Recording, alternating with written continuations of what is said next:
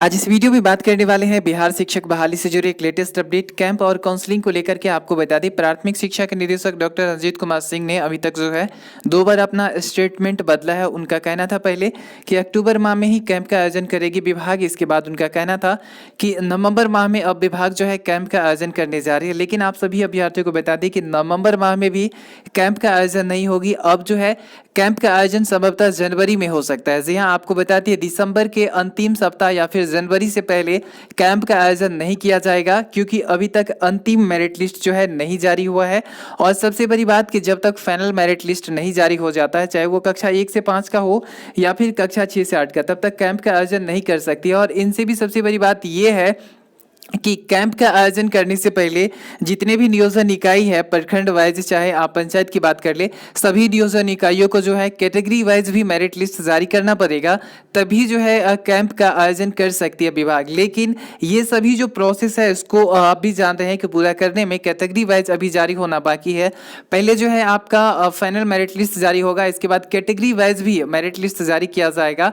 किन अभ्यर्थियों को कैंप में बुलाना है, किन को नहीं बुलाना है, कितना मेरिट तक जो है अभ्यर्थी आएंगे, तो इनके लिए भी शिक्षा विभाग को एक नया निर्देश जारी करना होगा, नया लिस्ट जारी करना होगा।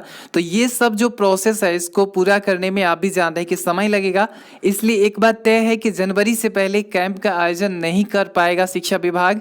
चाहे शिक्षा विभाग लाख दावा कर ले, वही अगर नई सरकार बनती है तो भी आपको बता दें शिक्षक बहाली की जो प्रक्रिया है इससे आप सभी पर कोई फर्क नहीं पड़ेगा। आप में से कई सारे अभ्यर्थियों के मन में ये प्रश्न है कि सरकार बदल जाएगी तो ये भर्ती की प्रक्रिया क्या रद्द हो जाती है?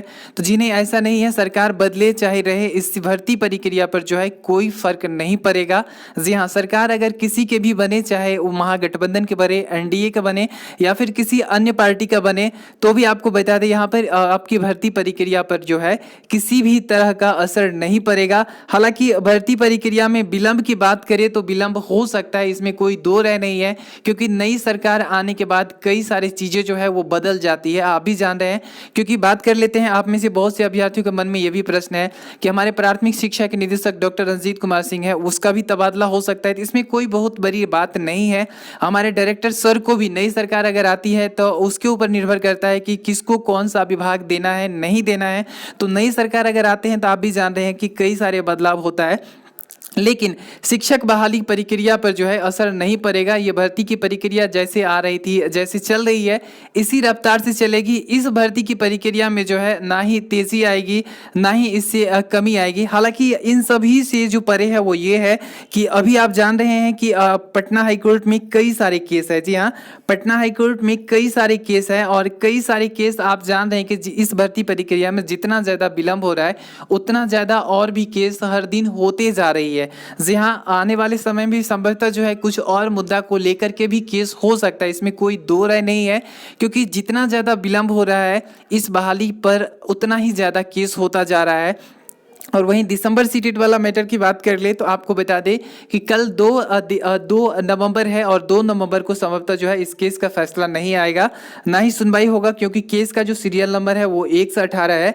इसलिए कहीं न कहीं कहा जा सकता है कि इस केस का संभवतः जो सुनवाई होगा वो जो है आपका 5 या 6 नवंबर को हो सकता है। या फिर ये कहना गलत नहीं होगा कि दिसंबर सीटेट और प्राथमिकता वाला जो मैटर था दोनों का एक ही दिन जो है फैसला आ जाए। तो आप सभी अभ्यर्थियों को फिलहाल जो है इंतजार करना होगा शिक्षक बहाली के जो भी प्रक्रिया है उसके लिए। चुनाव के बाद भी जो है इसमें किसी भी तरह का बदलाव नहीं देखने को मिलेगा। हालांकि सबसे बड़ा मुद्दा ये है कि शिक्षक बहाली प्रक्रिया के लिए जो फाइनल मेरिट लिस्ट है वे अगर जारी नहीं होता है तब तक कैंप का आयोजन नहीं कर पाएंगे विभाग। इसलिए आप सभी अभ्यर्थी जो है अब चुनाव के बाद, चूंकि 10 के बाद ही जो है कुछ भी कहा जा सकता है, हो सकता है, अभी शिक्षा विभाग भी नियोजन इकाइयों पर दबाव नहीं दे सकते हैं, क्योंकि अभी जो है आप जान रहे हैं कि कोई भी नियोजन इकाई शिक्षा विभाग के द्वारा 2-3 बार लेटर जारी किया जा चुका है, लेकिन इन आदेशों का जो है इन लेटर का अभी तक इन विभाग के अधिकारी का जो लेटर जारी हुआ है इससे किसी भी तरह का असर नहीं दिखा है। तो कहीं न कहीं कहा जा सकता है कि जो है चुनाव के बाद ही संभवतः अब कुछ होगा। तो 10 के बाद ही मेरिट लिस्ट का जो फाइनल मेरिट लिस्ट आनी बाकी है, या फिर कई सारे पंचायत का, कई सारे प्रखंड का जो है कक्षा 1 से 5 का प्रोविजनल अर्थात औपबंधिक मेधा सूची भी नहीं जारी जारी हुआ है, तो ये सब जो है संभवतः 10 के बाद ही जारी होगा।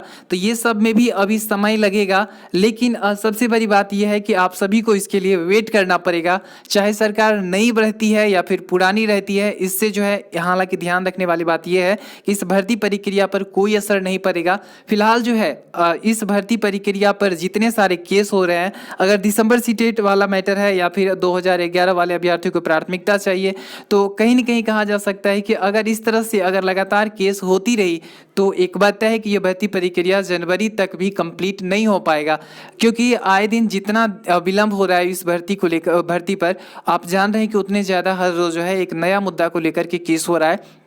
और आने वाले समय में इस भर्ती प्रक्रिया में जितना ज़्यादा विलंब होगा उतना ही ज़्यादा और भी जो है केस होना तय है। आप जान रहे हैं कि हर रोज़ एक नया मुद्दा जो है बन जा रहा है, और इसी को लेकर के अभ्यर्थी पटना हाई कोर्ट चले जाते हैं, और हाई कोर्ट से जो है कभी स्टे मिल जाता है तो कभी कुछ, आप जान रहे हैं। तो आप सभी अभ्यर्थियों से रिक्वेस्ट है कि 10 तक वेट करें, और 10 के बाद ही अब जो है कुछ हो सकता है। तो ये थी आज की एक अपडेट कि कैंप का आयोजन इस माह नहीं होने जा रही है, और ना ही दिसंबर वाला मैटर पर जो है 2 तारीख को कोई जजमेंट आ रहा है। इसलिए आप सभी अभ्यर्थी कम से कम 5 या 6 या फिर 9 नवंबर तक जो है आप वेट कर सकते हैं, क्योंकि 9 नवंबर को प्राथमिकता वाला पर फैसला आएगा, और संभवतः जो है 9 नवंबर को ही दिसंबर सीटेट का फैसला आ जाए, या फिर 5 या 6 को, क्योंकि दिसंबर सीटेट की बात करें तो इसका सीरियल नंबर 1 से 18 है। इसलिए इस केस की सुनवाई जो है आपका 2 को उम्मीद कम है कि हो पाएगा। इस अपडेट में बस इतना ही। Thank you.